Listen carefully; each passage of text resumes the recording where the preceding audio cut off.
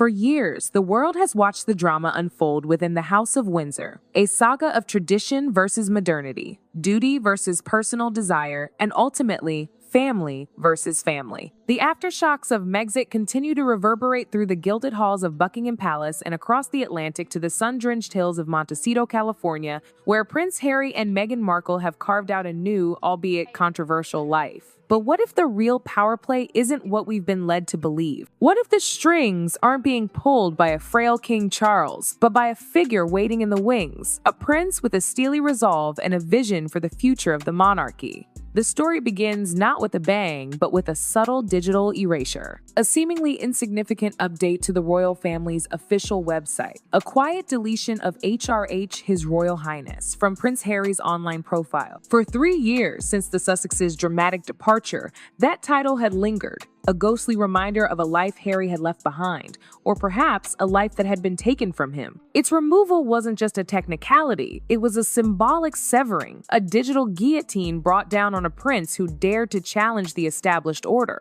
But who ordered the execution? The narrative, carefully constructed and fed to the public, points to King Charles, the dutiful son finally taking decisive action to protect the institution he inherited. Yet, whispers from within the palace walls paint a different picture. A picture of a king weakened by age and illness, increasingly reliant on his heir, Prince William. A picture of William, the future king, stepping out of the shadows and wielding his influence with an iron fist, reshaping the monarchy in his own image. Consider the case of Prince Andrew, the disgraced Duke of York, long a source of embarrassment and scandal for the royal family. It was William, sources insist, who orchestrated Andrew's complete and utter humiliation, stripping him of his military titles, royal patronages, and most importantly, his HRH styling. This wasn't merely a PR exercise. It was a demonstration of power, a signal that no one, not even a blood relative, was immune to William's ruthless determination to cleanse the monarchy of scandal and protect its future. Andrew's downfall set a precedent, a chilling one for Harry and Meghan. For the first time in modern royal history, a princely title had been removed without the need for parliamentary approval or public debate. William had found a loophole, a way to bypass the usual channels and act swiftly and decisively. And now, that same power, that same unwavering resolve is being directed towards the Sussexes. The leaked memos from within Buckingham Palace speak of a great royal correction, a comprehensive restructuring of royal titles and responsibilities. The goal? To eliminate loose ends, silence critics, and above all, protect the reputation of the monarchy. And at the top of William's list, according to insiders, are Harry and Meghan, whose tell-all interviews, Netflix documentaries, and explosive memoirs have been a constant thorn in the side of the royal family. For years, William has maintained a stoic silence, refusing to engage in the public mudslinging. But behind the scenes, his patience has reportedly worn thin. He sees Harry and Meghan as a threat, not just to the monarchy's image, but to its very survival. Their constant accusations of racism and mistreatment have eroded public trust and fueled calls for reform, even abolition. And William, fiercely protective of his family and his future role, is determined to put a stop to it.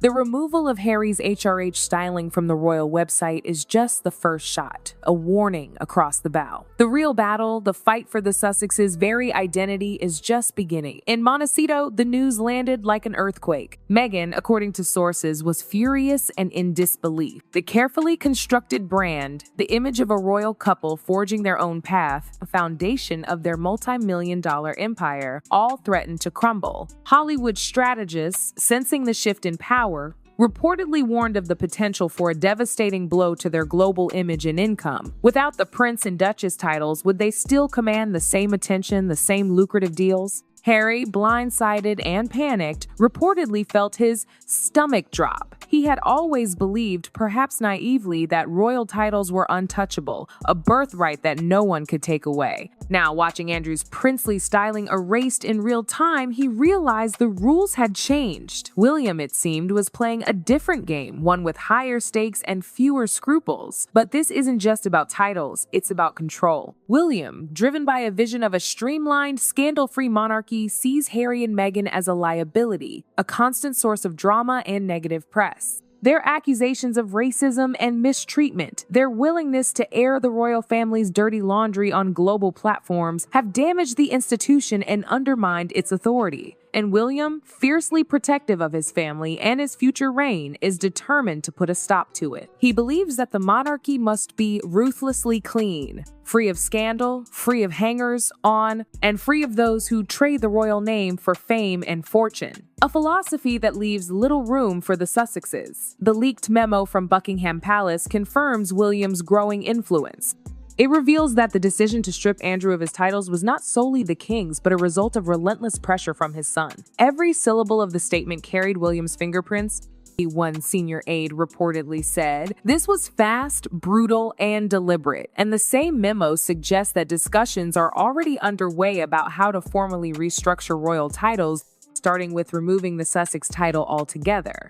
If William succeeds, Harry and Meghan would no longer be the Duke and Duchess of Sussex. They would simply be Harry and Meghan, private citizens with no official connection to the royal family. The implications are staggering. Without their royal titles, their influence would diminish, their earning potential would plummet, and their carefully crafted image would be shattered. They would become just another celebrity couple, struggling to maintain their relevance in a fickle and unforgiving world. But this isn't just a personal vendetta. William believes he is acting in the best interests of the monarchy, protecting it from those who would seek to exploit it for their own gain. He sees himself as a modernizer, a reformer, a leader who is willing to make the tough decisions necessary to ensure the survival of the institution. And King Charles, perhaps reluctantly, has agreed to let his son take the lead. He recognizes that the monarchy is in crisis, facing unprecedented challenges from within and without, and he believes that William, with his steely resolve and unwavering commitment to duty, is the best person to steer the ship through these turbulent waters. But is William's ruthless approach the right one? Is he protecting the monarchy, or is he alienating a significant portion of the public who sympathize with Harry and Meghan's struggles? Is he strengthening the institution, or is he creating a deeper rift within the royal family that may never be healed? The answers to these questions remain to be seen. But one thing is certain. The battle for the crown is far from over, and the fate of Harry and Meghan, the Duke and Duchess of Sussex, hangs in the balance. The problem for Harry and Meghan isn't just about losing titles, it's about the very real prospect of being rendered irrelevant. Stripped of their royal sheen, they risk becoming just another pair of celebrities vying for attention in a crowded marketplace. The House of Sussex, carefully constructed and meticulously curated, could crumble, leaving them exposed and vulnerable. And what of Archie and Lilibet? The young prince and princess, born into a world of privilege and promise, face an uncertain future. Will they too be stripped of their titles, relegated to the sidelines of royal life? Or will William show mercy, allowing them to retain their princely status while their parents are cast out into the wilderness? The decision ultimately rests with William. He holds all the cards, wielding the power to reshape the monarchy in his own image. He could choose to extend an olive branch to Harry and Meghan, offering them a path back into the fold, albeit on his term. He could choose to forgive their past transgressions, recognizing that family in the end is more important than titles or reputation. But that seems unlikely. William, hardened by years of royal duty and scarred by Harry's betrayal, appears to have made up his mind. He sees the Sussexes as a threat, a cancer that must be eradicated to save the monarchy. And he is willing to do whatever it takes, no matter how ruthless, to achieve his goal. The battle lines have been drawn. On one side, William, the future king, determined to protect the institution he will one day inherit. On the other, Harry and Meghan, the exiled royals, fighting to preserve their identity and their livelihood. The stakes are high, the consequences far-reaching, and the world watches with bated breath, wondering how this modern-day royal tragedy will unfold. But let's be clear, this isn't just about palace intrigue or family squabbles. This is about the very survival of the monarchy in the 21st century. Can an institution steeped in tradition and privilege adapt to a rapidly changing world? Can it remain relevant in an age of social media and celebrity culture? Can it withstand the constant scrutiny and criticism of a global audience? William believes that the answer is yes, but only if the monarchy is willing to embrace change, to shed its outdated traditions, and to modernize its image. He sees the Sussexes as a roadblock to that transformation, tradition, a symbol of everything that is wrong with the royal family. And he is determined to remove them from the equation, even if it means causing irreparable damage to his own family. But is William's vision the right one? Is he truly acting in the best interests of the monarchy? Or is he simply motivated by personal animosity and a desire for control? Is he strengthening the institution, or is he hastening its demise?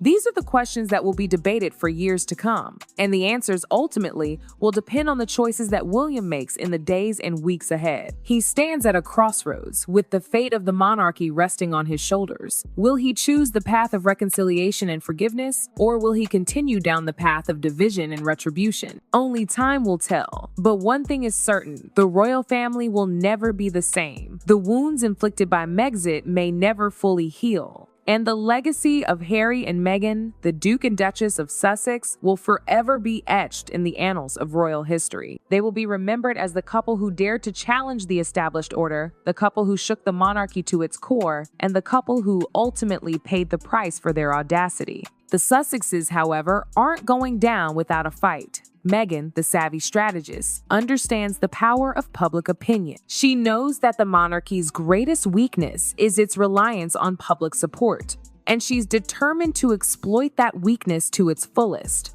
Expect a counteroffensive. Expect carefully crafted interviews, strategically timed leaks, and perhaps even another tell-all book. Meghan will paint herself and Harry as victims, as outsiders persecuted by a cold and heartless institution. She will appeal to the public's sense of fairness and justice, portraying William as a bully and Charles as a weak and ineffectual leader. Her goal is to create a groundswell of support for the Sussexes to pressure the monarchy into backing down. She will use every weapon in her arsenal, from her Hollywood connections to her social media savvy, to wage a war of perception. And she will not hesitate to play the race card, accusing the royal family of institutional racism and prejudice. This will be a brutal and ugly battle, a clash of titans that will further divide the royal family and expose its deepest flaws. The monarchy, already weakened by scandal and internal strife, may not be able to withstand the onslaught. But William is not easily intimidated. He is a seasoned warrior, trained from birth to defend the crown. He understands the rules of the game, and he is willing to play dirty if necessary. He will use his own media contacts, his own PR machine, to counter Meghan's attacks. He will portray the Sussexes as greedy and self-serving, as traitors who have betrayed their family and their country. He will remind the public of Harry's past indiscretions, of Meghan's alleged bullying behavior, of their relentless pursuit of fame and fortune. He will paint them as villains, as opportunists who are exploiting their royal connections for personal gain. And he will emphasize the importance of duty and tradition, of loyalty and sacrifice. He will remind the public that the monarchy is not just about titles and privilege, but about service and dedication to the nation. He will portray himself as the defender of the realm, the protector of the institution, the leader who is willing to make the tough decisions necessary to ensure the survival of the monarchy. The battle will be fought on multiple fronts: in the media, on social media, and behind the closed doors of Buckingham Palace. It will be a war of words, a war of images, and a war of wills.